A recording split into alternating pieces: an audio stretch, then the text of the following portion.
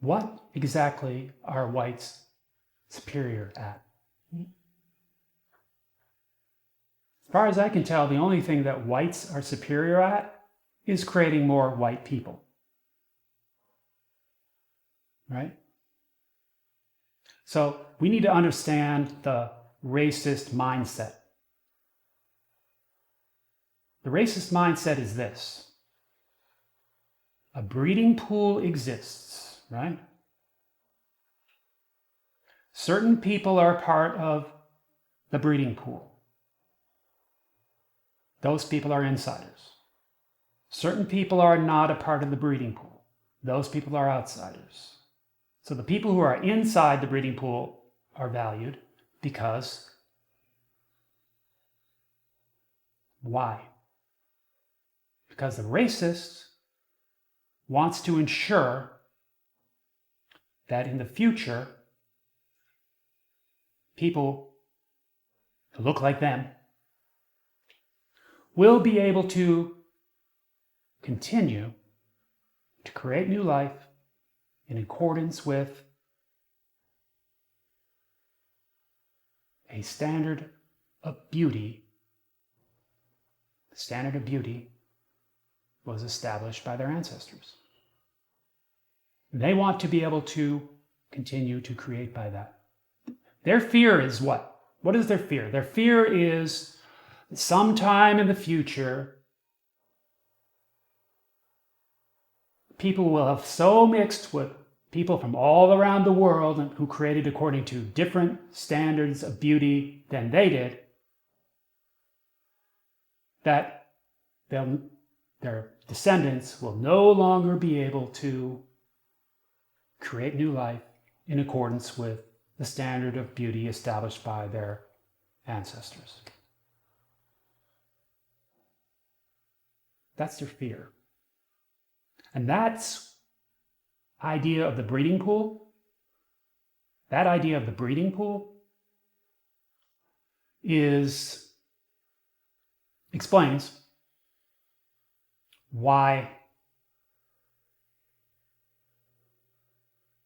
they try to take control of the genitalia of people who they regard as members of their breeding pool, with laws like a ban against interracial marriage, which up till recently existed in this country. Ban against interracial marriage. Why? Because it might dilute the breeding pool. As I said, as far as I can tell, the only thing that white people are superior at is creating more white people.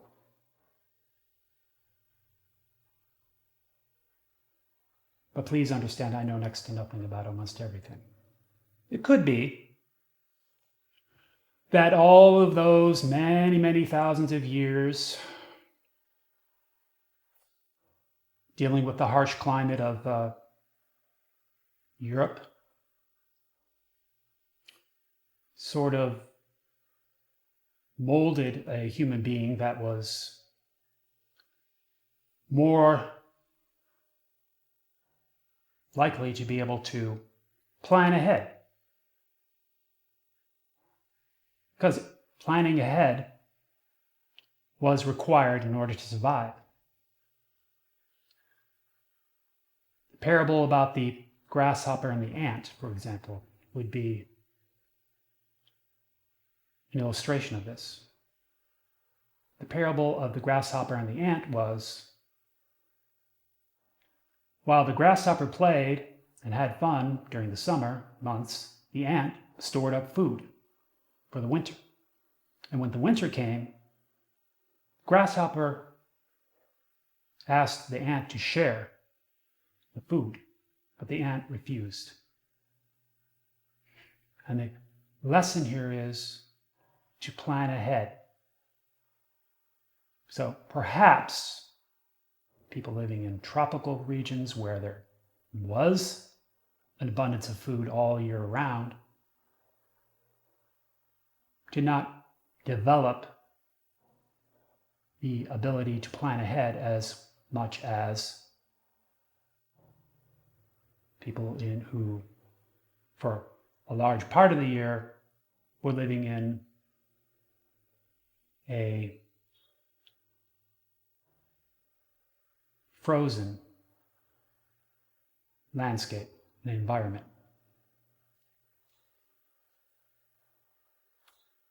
Let's remember also, maybe you're impressed by the fact that Europeans colonized much of the world recently. It was only back in the 1960s and thereabout, after World War II, that the global south and other regions of the world began declaring their independence from colonial powers. Let's remember something, though. A lot of the reason that Europeans were successful at colonizing other areas was they brought with them diseases.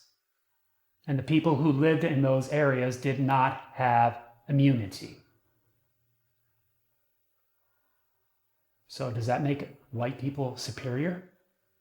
Because they have diseases that wiped out, huge numbers of people, indigenous people, into in the lands that they conquered?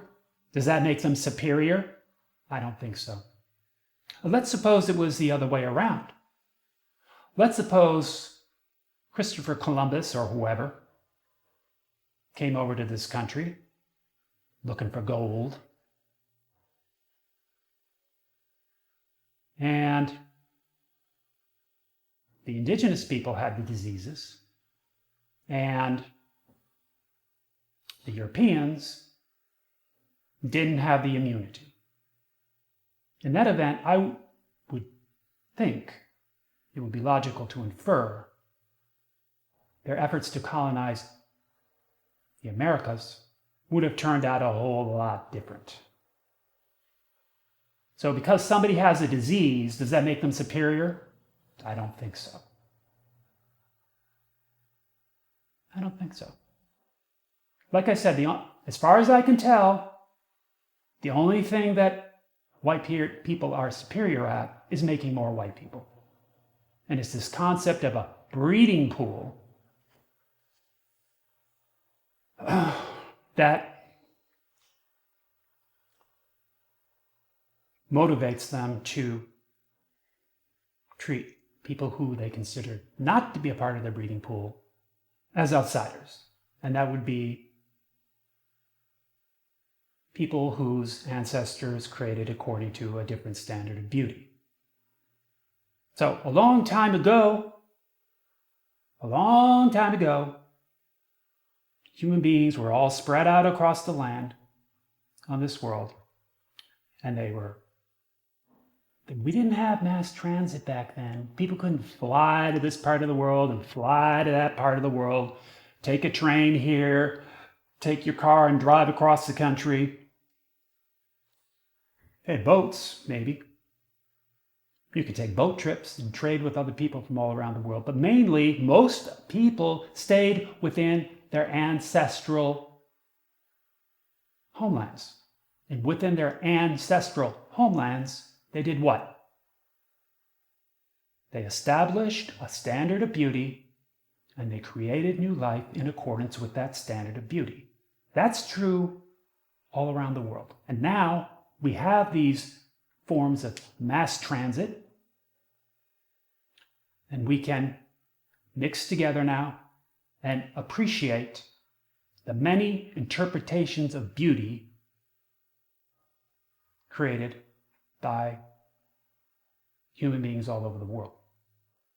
Now, racism is a belief that these formerly isolated peoples are racist, right?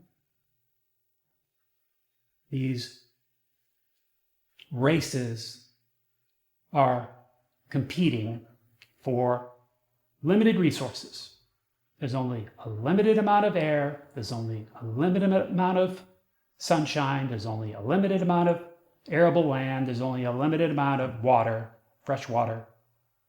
And they're competing for resources, right? That's this. And therefore, in order to ensure that our descendants will be able to continue to create new life in accordance with the standard of beauty established by their ancestors, racists believe that they must work, fight, and outnumber competition. That's in a race, right? Because you see, the whole idea of race, the whole idea of a race suggests there is a race going on. And the race is a race to outwork, outfight, and outnumber competition. But guess what? Guess what? There's nothing proprietary about joining a collective effort to work, fight, and outnumber competition. Outsiders can also join a collective effort to outwork, outfight, and outnumber competition. There's nothing proprietary about it. So now let us suppose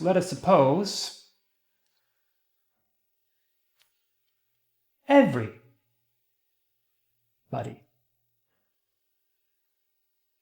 is working, fighting, and outnumbering competition. Everybody joins a collective effort to outwork, outfight, and outnumber competition.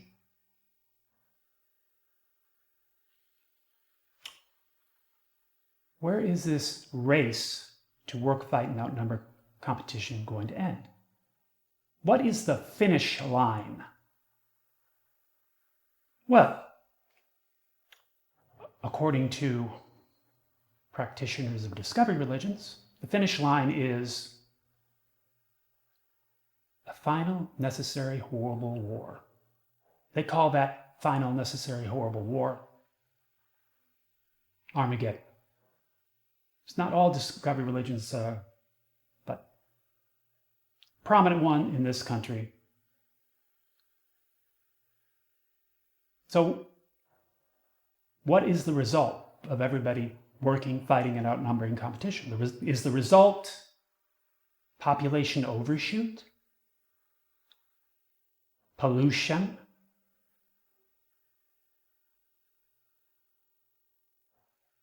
Abrupt climate change? Habitat loss? Wars and rumors of wars? Is that it?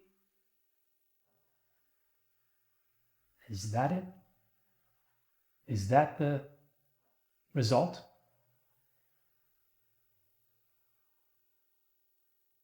Seems like that's what we're seeing right now, isn't it? Population overshoot, pollution,